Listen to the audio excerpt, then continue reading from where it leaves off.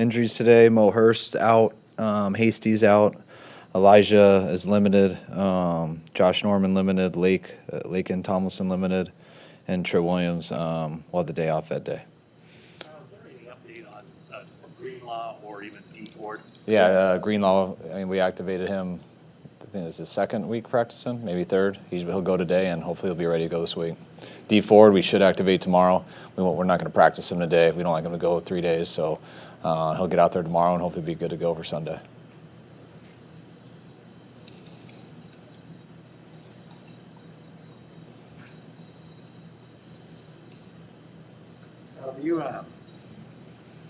Minnesota has issues right now, obviously, with Everson Griffin, but they're missing other guys on the defensive line. How does that adjust your guys' preparation going into this game?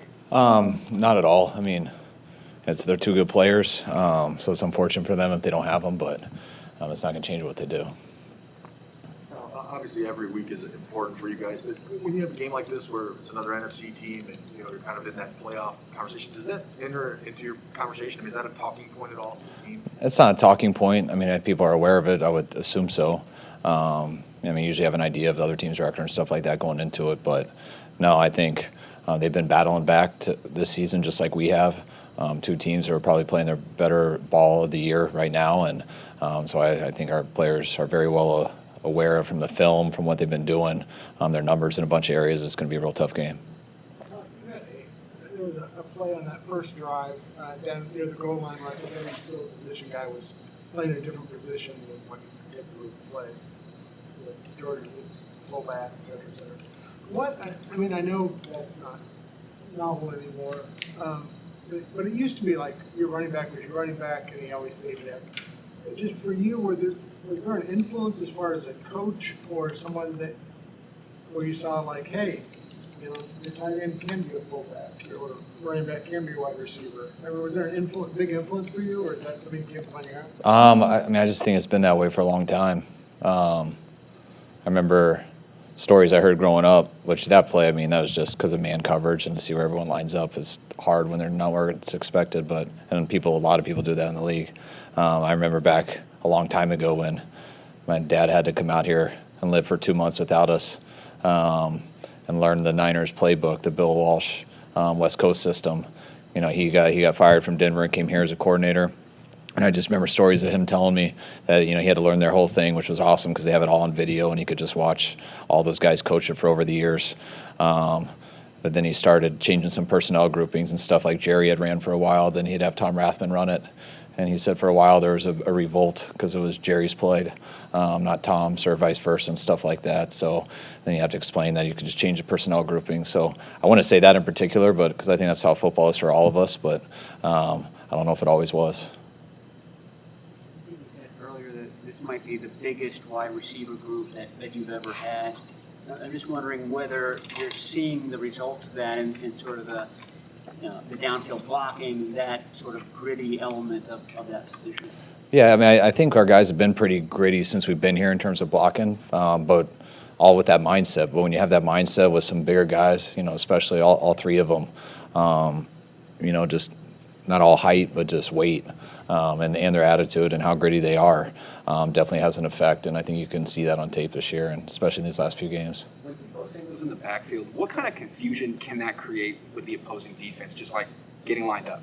I mean, it depends what coverages they're in and stuff, man coverage, who's got him when he's outside, who's got him in the backfield, and, changes. Those are different run fits, confuse linebackers and stuff like that on the runs and the passes, and you just got to count for everything. It's same with motions, same with where a guy's going to line up. There's a lot of different stuff for it.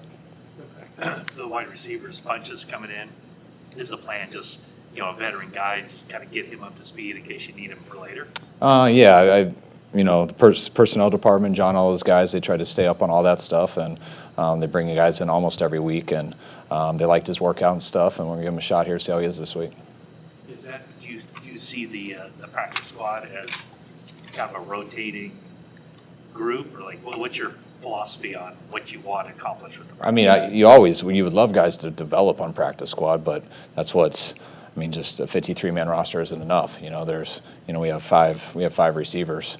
One guy gets hurt. The practice squad guy's dressing the next week and being a part of that game plan. For a while, we've only had 4 linebackers. With Dre being on short-term IR, so the next guy up, we've only had 3 safeties, which means our backup safety at one position has been practice squad each week. So that's why you always wish there was a minor league. That's why it's hard to develop a practice squad quarterback too. There's just not enough backups. So most of those guys, they're labeled practice squad, but they're usually your third string because you don't have that every spot. I think Funchess is around 230 pounds. Any thought about doing a Jordan Matthews with him and see if he could convert to tight end at all? No, we're just gonna. I mean, we haven't seen him for a few years, and I think he had an injury in training camp, and it sounds like he's healthy now. So we're just gonna take a look at him, see how to use him. Are you getting out of Juwan Jennings kind of what you thought you might get out of Jalen Hurd in terms of a bigger body, kind of mentality out there? No, Jalen was different just because Jalen was a college running back, so we knew he could have played there. We also thought he was going to be a tight end eventually. Also could be a fullback and a receiver. So that was a little bit different. Juwan's a receiver all the way. It's nice that he does have a big body and that size and stuff. He's similar to Mo Sanu and how he's wired and things like that. And Mo did a hell of a job for us throughout the year. And it's been nice that he allowed Juwan to get more ready. And Juwan's done a good job when his opportunities come here these last couple of weeks. What do you mean by how he's wired, how they're similar? Just how they're wired in terms of how they create separation with size and however their speed is, their agility, their hands, just certain ways that they are wired to get open. Kind of depends on type of routes and stuff you choose for people. Each one of our guys is wired a little bit differently. Final annual Thanksgiving question. What are your favorite Thanksgiving traditions? And then also, do you or your family participate in Black Friday, Cyber Monday stuff at all? And what? Black Friday. No, I've never heard of it. I've heard of Black Friday. Yeah, that's what I said, sorry. Oh, sorry. No, I don't. I really don't get much of Thanksgiving. Thanksgiving's awesome for us because we speed up the whole schedule, and so it feels like we get a little bit of vacation because on Thursdays, usually you get home at 10, but we speed up the schedule so we can get home by like 7. And then usually when I walk in the door, I see about 12 people very upset with me and very hungry and very irritated because they didn't get to do it normally at 2 like they usually do. But when they come to visit us, they got to wait till I get home, and then I go to bed pretty quick after, and they get annoyed with me, and I tell them just let me go to bed because if we win, then I'll hang out a lot more on Sunday night. So. One more Thanksgiving question. Do you have a favorite Thanksgiving dish? Yeah, growing up, my mom always made this noodles dish that was really good, and my wife makes this really good green bean casserole. Big transition from that. Yes, but after he made the trade in March, you said, Jimmy is generally better when he's ticked off, and if Jimmy plays really well and stays healthy, it'd be a great problem for you guys to have. I took that to mean, we all took it to mean, like, you have to make a decision after this season. And you stick with Jimmy. Is there a chance, he stays here in 2022 and remains your starter? I think there's a chance for anything, but I think we made it pretty clear that Trey's our guy of the future whenever that'll happen. But it was also nothing against Jimmy that we took him, but we do believe Trey will be our guy of the future. And like I said, I think it'll be really hard if Jimmy's on it for him to beat him out right away. So it's kind of going like that right now, and not thinking much past that.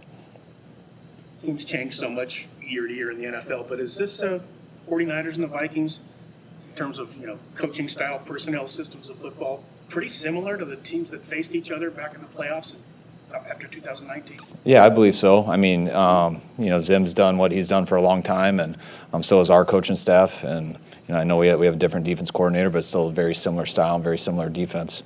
So schematically, I think it's very similar. And usually there's a lot of turnover in 3 years, but you go back and watch those games, and there's still some of the main guys, especially on their side of the ball, and you can see our guys too.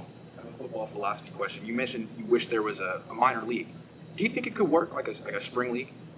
Anything could work. I don't know if it could make money. I don't know how that could go for anything, but that's just what's tough. It's tough to develop guys when, you get only OTAs in training camp, and those are getting taken away a lot. So it's really good for veterans who've made it, who don't need to be developed, but everyone else needs time, and especially at certain positions like quarterback and things like that. But it's almost impossible to do that with just the practice squad.